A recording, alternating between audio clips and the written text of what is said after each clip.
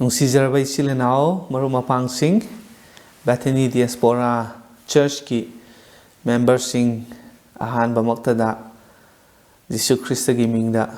harau nungaibagi salam pizari. Loinana isilinao-sing ngasi Ishwar gi phajakraba numit asida mahakki wahai taminaduna pukning thaugatminabagi matam asi Ishwarna amuka hanna pinabibagidamagta aikhoi mayam Ishwarbu thagatminasi. Loinana ngasi aikhoi New Year gi manungda leire haibadi New Year changkhare duna masigi matam se lauraga Bethany Diaspora Church ki members sing marumapang sing aduga masigi series of diaspora messages asibu tatana tabiriba ichilinao mafam tongan laikhraba mayamgi mafamda Happy New Year wish tauzari Ishwarna aikhoi khudingmakki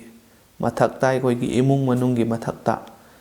mapal naidraba bor ado pinabibo oishinu. Well, we commence the new year. Aikhoi anauba chahi ase haure. Aduna aikhoina karida mai onsangani. Karam haina anauba chahi sida aikhoi mai onsen sige haibasini. Yamna maru oiba wafamsi. Aduga karam haina tauraga anauba chahi 2024 asida mai onsallaga karam haina aikhoi hausige haibasi munna khanba mathau tai. Mi kharana New Year gi resolutions mayam ama lawi haibadi warep ai isamaksu yauramgani aduga aikhoi mayamsu kumsi anauba chahi na lakpasida kumsi chahi gi oina chahi chupagi aina tawgadawriba aina chatgadawriba asmaina resolution se mayam ama warep se aikhoi launai lausu lauramgani thajai students singna karmaina lairik pagani kadaida laigani karamba moongda ai hotnagani haibase makhoi warep lawi aduga imungi oiba mayam amasu aikhoina warep lawi aduga organization gi oirabasu atop asmaina loina aikhoi se resolution se New Year gi semlaga aikhoina warep lawi adumakpu luribadi mi mayamna warep launarabasu January thagi manungda loina mangba kawbasu yaudaba natte aduna aikhoi maru oiribadi resolutions mayam ama aikhoi lausi warep mayam ama aikhoi lauba kaisu kaide adubu laurabadi madu aikhoi thabakta pangthokpa ngamnanaba madu aikhoi tauba ngamnanaba aikhoi honaba darkar oi haibase thamjaningbani. Chilinao sing aikhoi gi as a church singlup ama oina aduga diaspora gi singlup ki mi singda aikhoina maru aina khangadaba aduga aikhoina lawgadaba warep ase karino hairaga kumsi mamang chahi aikhoina tawbugomna hena Ishwar gi wahai ase karam haina khangsira karam haina hena Ishwar gi wahai asidagi aina thaugatpa pukning thaugatpa amadi hena aigidamakta pangal phangsira haibagi adugumba wakhallon se laibasi yamna mathau tai aduna ahanbada aikhoi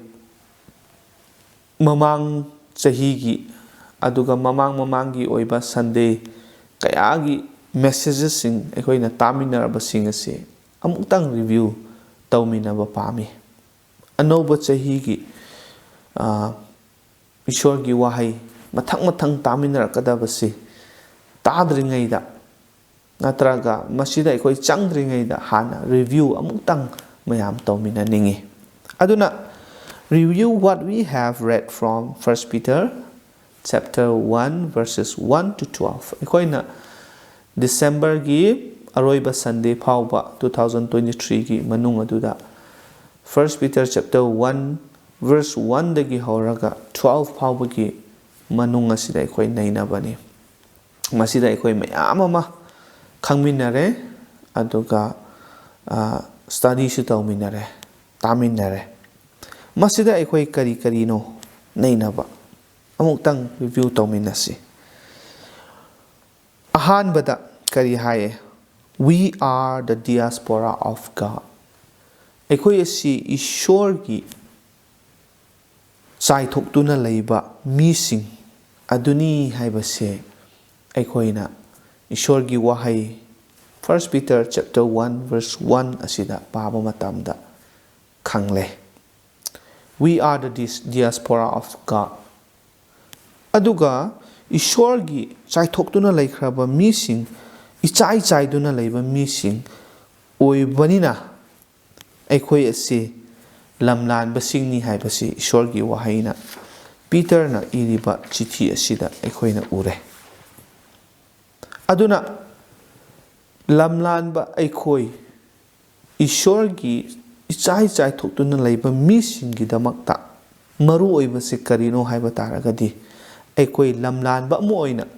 lamlan bagi khongthang thanglaga lamlan ba moina chatliba punsi manung asida maru oibase we must walk by faith haibani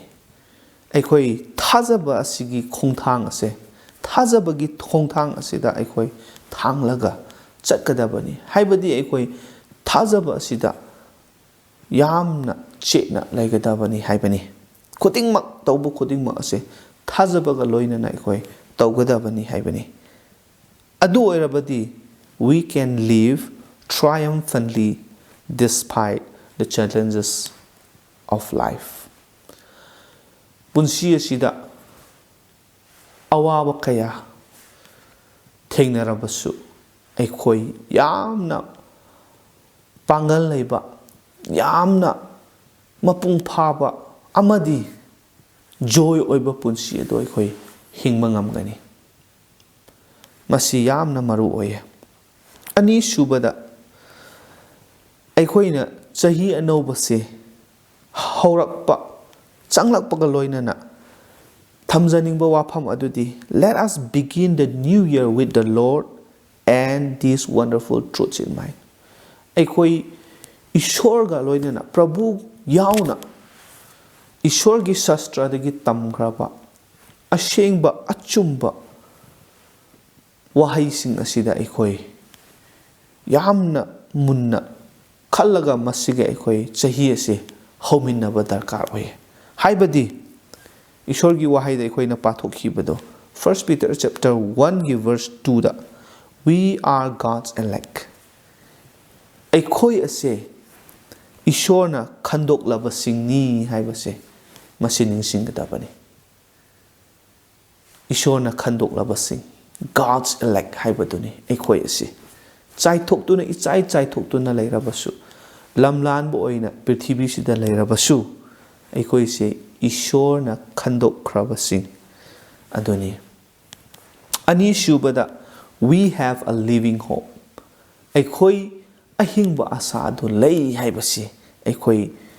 ishor gi shastra na takpire 1 Peter chapter 1 gi verse 3 da ahingba asa mi kharna di khali karida ai asa thamgani aigi damakta asa amada leitre haina khanmasu laye adu nate ekoidi ishona khandokhraba mi singni ekoi Jesu Christa da ahingba asa adu leibani yamna masi yengba matamda ekoi laibak phaba yai phaba sing aduni haibasisu thamjaningi aduga loinana we have an incorruptible inheritance 1 Peter chapter 1 verse 4 mangba naidaba amakpa leitraba amasung khuithaba naidaba phangpham thokpa ishona ekoi gi damakta incorruptible inheritance ase thambi khrabani kadaida sargada ekoi gi damakta ishona thambi base aikoi gi phangpham thokpase masi laibani haibasi aikhoi ningsingba mathau tai. Aduga mathangdana we are kept by the power of God. 1 Peter chapter 1 verse 5 Ishorgi mahakki pangan aduna aikhoibu ngaktuna thambiba haibani. Mamang chahi chupna khudong thiba kaya awaba kaya nungaitaba thodok kaya ama thokhraba marak aduda Ishorna aikhoibu mahakki pangan aduna ngaktuna thambi. Hojikshu aduga lakadauriba punsidasu Ishorgi pangal aduna aikhoibu ngaktuna thambigani haibase masi aikhoigi thajabani. Maramdi aikoi Ishorna khandoklabasing Ishorgi mising aduni. Aduga loinana aikoi anauba chahi changlakpaga loinana kari tauba tai haiba kanda let us plan to exercise our faith. Aikhoigi thajabase ai Jisubu thajare ai kanbiba phangle haibadu khaktanda loisanba nataba. Noma nomagi thengnariba awaba noma nomagi challenges mayam punsigi oiba mayam ase thengnabada aikhoigi thajabase exercise tauba darkar oye. Aikhoigi thajabase sijinnaba mathau tai. Aikhoigi thajaba ase aikhoi masiga loinana aikhoi khudingmak ase tauba amadi mayoknaba darkar oye thengnaba darkar oye haibani. Aduna aikhoigi thajabase karamba thajabano. We have a genuine faith, most precious, khwaidagi mamal tanglaba, khwaidagi mamal yamlaba, ashengba achumba adu aikhoida Ishorna pibire. 1 Peter chapter 1 verse 7. Masi aikhoina tamina khrabani. Aduga verse 8 ta amuk yengba kanda kari haye tested by fire. Aikhoigi thajaba se maina changjing tawkhraba thajaba aduni. Aduna it will result in honor and praise. Aduna ngasi aikhoigi thajaba se ashengba achumba maina changjing tawkhraba thajaba oibagi maramna masigi thajabagi mahai ase aikhoi soidanamak phangani. Karamba maongi mahaino haiba kanda honor ikai khomna biba aduga praise thagat biba adugumba thajabado aikhoida lai. Aduga mathangda kari anauba chahi sida tausige haibada let us seek to comprehend our salvation at a deeper level haibani. Ishorna aikhoida pikhraba adugumba aran khubam ase hen aikhoi karino haibase mayek sengna khangba ngamnana ba aikoi thisi hotnasi haibani. Maramdi masigi maram asida wa phongdok pasing or wa takthok pasing mai chau sing prophet singna masigi doctrine sigi matangna makoi kanna study tawrambani. Aikoi na sisu taminare 1 Peter chapter 1 gi verse 10. Maramdi karigino masigi maru ebase makhoina khangi. Aduna aikhoigi aran khubam gi maramda Ishorna semnam kraba plan. Aduga aran khubam phangbagi kanaba masigi mahai ase karino. Aran khubam phangba matungda kari leibagi haibase makhoina loina study se mathang tawba thijanba adugumna aikhoisu masi hena khangnanaba hotnaba mathau tai haibani. Aduga it is a teaching that is centered in the Lord Jesus Christ. 1 Peter chapter 1 verse 11 da masigi takpi base aran khubam gi maramda takpi ba ase masi kadai da leibano haiba kanda Jesus Christ da leiba adugumba aphaba wapau aduni. Aduna masigi maram asida ikoi hena khangbasi mathau tabani chilenau sing. Aduga loinana 1 Peter chapter 1 gi verse 12 da mamangi Sunday da ikhoina pamina kiba adugumna the Spirit of God is wonderfully involved. Masigi aran khubam gi thabak pangthokpa asida Ishor gi thawai asengba masamakna involved tawraka yauduna saruk ꯑꯣꯏꯗꯨꯅ ꯃꯁꯤꯒꯤ ꯃꯔꯝ ꯑꯁꯤꯗ ꯄꯥꯡꯊꯣꯛꯄꯁꯦ ꯑꯩꯈꯣꯏꯅ ꯈꯪꯉꯤ ꯑꯗꯨꯅ ꯊꯋꯥꯏ ꯑꯁꯦꯡꯕꯒꯤ ꯏꯟꯚꯣꯜꯚꯃꯦꯟ ꯑꯁꯤꯁꯨ ꯑꯩꯈꯣꯏꯅ ꯍꯦꯟꯅ ꯊꯤꯖꯤꯟꯕ ꯇꯥꯏ ꯈꯪꯕ ꯃꯊꯧ ꯇꯥꯏ ꯑꯗꯨꯅ ꯏꯆꯤꯜ ꯏꯅꯥꯎꯁꯤꯡ as we begin new year ꯑꯩꯈꯣꯏ ꯆꯍꯤ ꯑꯅꯧꯕ ꯍꯧꯕꯒ ꯆꯪꯂꯛꯄꯒ ꯂꯣꯏꯅꯅ ꯑꯩꯈꯣꯏꯒꯤ ꯆꯦꯂꯦꯟꯖꯦꯁ ꯑꯩꯈꯣꯏꯒꯤꯗꯃꯛꯇ ꯄꯨꯛꯅꯤꯡ ꯊꯧꯒꯠꯄꯤꯅꯤꯡꯕ ꯋꯥꯐꯝ ꯑꯗꯨꯗꯤ ꯉꯁꯤꯒꯤ ꯇꯦꯛꯁ 1 Peter chapter 1 verse 13 ꯑꯁꯤꯅꯤ 1 Peter chapter 1 verse 13 ꯑꯁꯦ ꯑꯩꯈꯣꯏꯅ ꯄꯥꯃꯤꯟꯅꯁꯤ ꯃꯁꯤꯗ ꯀꯔꯤ ꯍꯥꯏ ꯃꯔꯝ ꯑꯗꯨꯅ ꯅꯈꯣꯏꯒꯤ ꯄꯨꯛꯅꯤꯡꯒꯤ ꯈ꯭ꯋꯥꯡ ꯂꯥꯛꯁꯜꯂꯨ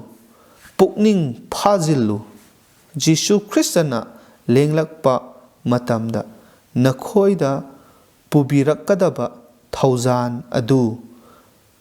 ꯑꯗꯨꯗ ꯃꯄꯨꯡ ꯐꯥꯅ ꯑꯥꯁꯥ ꯇꯧ ꯍꯥꯏꯕꯅꯤ ꯌꯥꯝꯅ ꯐꯖꯕ ꯏꯁꯣꯔꯒꯤ ꯋꯥꯍꯩꯅꯤ Therefore gird up the loins of your mind be sober and rest your hope fully upon the grace that is to be brought to you at the revelation of Jesus Christ. Ichil inausing masigi wafam ase aikhoi khantaminasi kumsi chahi anauba changlakpaga loinana madudi karino hairaga aikhoi gi wakhal ase ishorna pibibani thamoi su ishorna pibi aikhoi gi brain ishorna happi brain asida matha sikhatana tana masigi manung asida aikhoina khanthanaba wakhal asisu ishorna pibani mind asi ishorna pibani aduna aikhoigi mind ase sijinnaba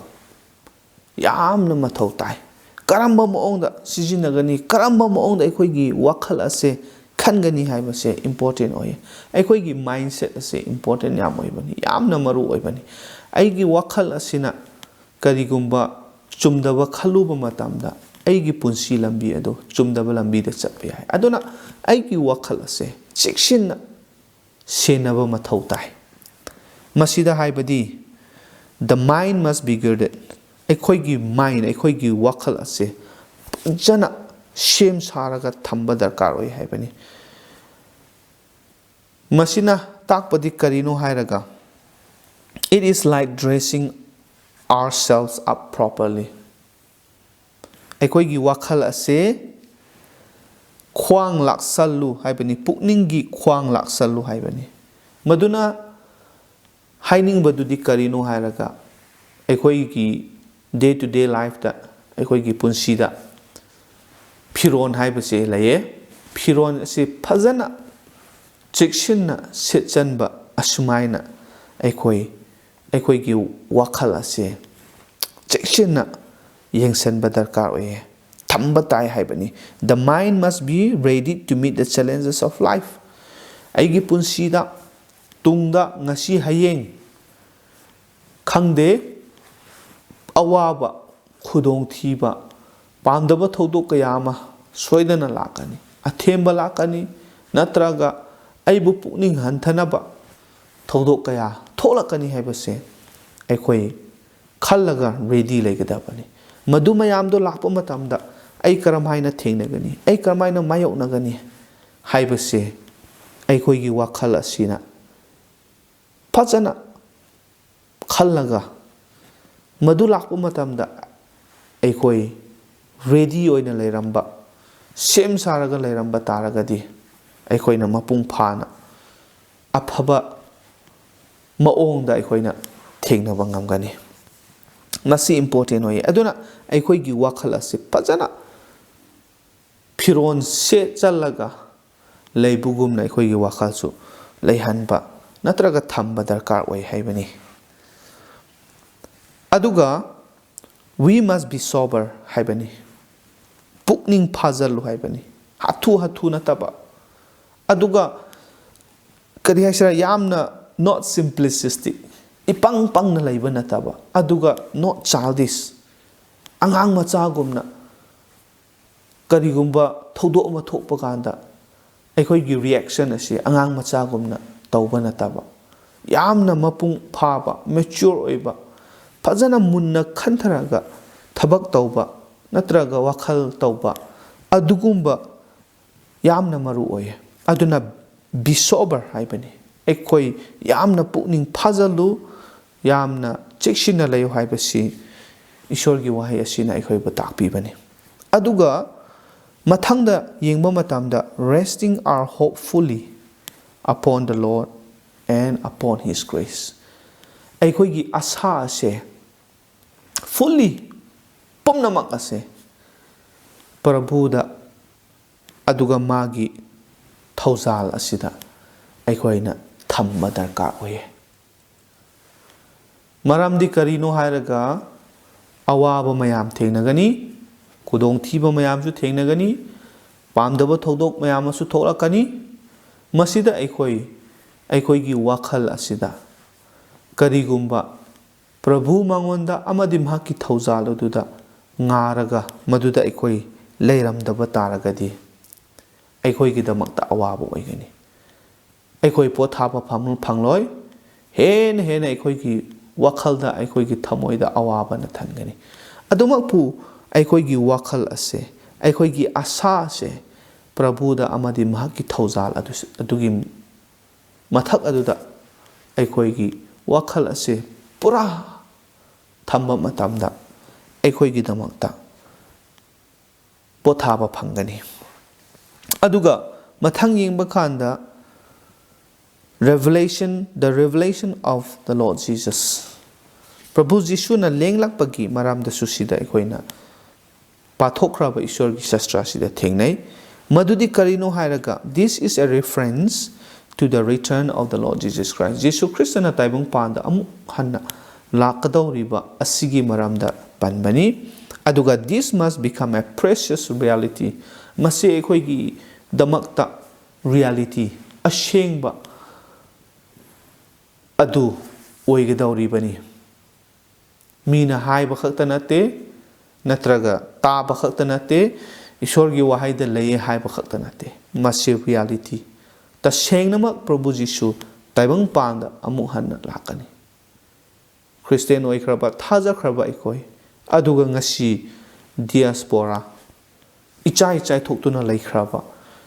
ishorna khandokhraba mahaki mising aikoibu launanaba aikoibu unanabagi damakta Jesu Christa amuk lakani haibase masi soidanmak thokadawba lairabani aduna kari aikoi tawgani haiba kanda let us learn how to look forward to the revelation of the Lord Jesus Prabhu Jishu na aigi damakta taibang pana sida amuk lawba lakani aibu lawba lakani haibagi yamna haraubaga loinana madugi wakhalga loinana aikoi harauna mahaki halakpa mana taibang pana lakpa se ngaiduna yengduna leiramsi haibasigi wahai asini chilenausin aduna aikhoidi ahingba asa laiba ishorgi misingni ishorna khandokhraba misingni Prabhu Jesu Christ aikhoibu lawba amuk lakani aikhoi soidana mahangna thambikraba incorruptible inheritance adu phangnanaba aikhoi chakani aikhoigi thajaba asi numit aduda ingal ngana iseng ukhragani kayagi matik nungaiga dawraba kayagi matik phajakhraba aikhoigi damakta ishona tawbibano masining singlaga harauna aikoi laisi harauna anoba chahi asi hausi aikoi khuding maki mathakta ishona hena borpina wi boisino pratana tausi sarga malem pumnama posembi bawang thoi seng thoi khraba sarga da laibe pana pu thagali ngasigi numit asida nahki wahai asida aikoi gi pukning nahakna thaugat pire aikoi di ahingba asa laiba ishorna khandokhraba ishorgi mi singni aikoi gi thajaba se hena kankhat piyo kankhat hanbiyo adugai pai shor Prabhuda amadi Prabhugi thauzalda asa thamlaga Jesu Christana aikoi gi damakta ꯇꯥꯏꯕꯪ ꯄꯥꯟꯁꯤꯗ ꯑꯃꯨꯛ ꯂꯦꯡꯂꯛꯇꯨꯅ ꯑꯩꯈꯣꯏꯕꯨ ꯂꯧꯕ ꯂꯥꯛꯀꯗꯧꯔꯤꯕ ꯑꯁꯤꯕꯨ ꯈꯜꯂꯒ ꯍꯔꯥꯎ ꯅꯨꯡꯉꯥꯏꯅ ꯌꯥꯝꯅ ꯊꯧꯅꯥ ꯐꯅ ꯆꯍꯤ ꯑꯅꯧꯕꯁꯦ ꯑꯩꯈꯣꯏꯅ ꯍꯧꯔꯒ ꯏꯄꯥ-ꯏꯁꯣꯔ ꯆꯍꯤ ꯆꯨꯞꯅ ꯑꯋꯥꯕ ꯀꯌꯥꯒꯤ ꯃꯔꯛꯇ ꯑꯩꯈꯣꯏꯒꯤ ꯊꯥꯖꯕ ꯑꯁꯤꯒ ꯂꯣꯏꯅꯅ ꯃꯄꯨꯡ ꯐꯥꯅ ꯍꯤꯡꯕ ꯉꯝꯅꯕ ꯅꯍꯥꯛꯀꯤ ꯊꯧꯅꯥ ꯄꯥꯡꯒꯜ ꯅꯍꯥꯛꯅ ꯍꯥꯞꯄꯤꯌꯨ, ꯅꯍꯥꯛꯀꯤ ꯕꯣꯔ ꯑꯗꯨꯁꯨ ꯄꯤꯅꯕꯤꯌꯨ ꯍꯥꯏꯗꯨꯅ ꯑꯩꯈꯣꯏꯕꯨ ꯄꯥꯞꯇꯒꯤ ꯍꯟꯗꯣꯛꯄꯤꯕ ꯑꯃꯠꯇ ꯉꯥꯏꯔꯕ ꯀꯟꯕꯤꯕ ꯃꯄꯨ ꯄ꯭ꯔꯚꯨ ꯖꯤꯁꯨ ꯈ꯭ꯔꯤꯁꯇꯒꯤ ꯃꯤꯡꯗ ꯅꯤꯖꯔꯤ, ꯑꯃꯦꯟ. Thank you. ꯏꯁꯣꯔꯅ ꯕꯣꯔ ꯄꯤꯕ ꯑꯣꯏꯁꯅꯨ. Have a blessed year.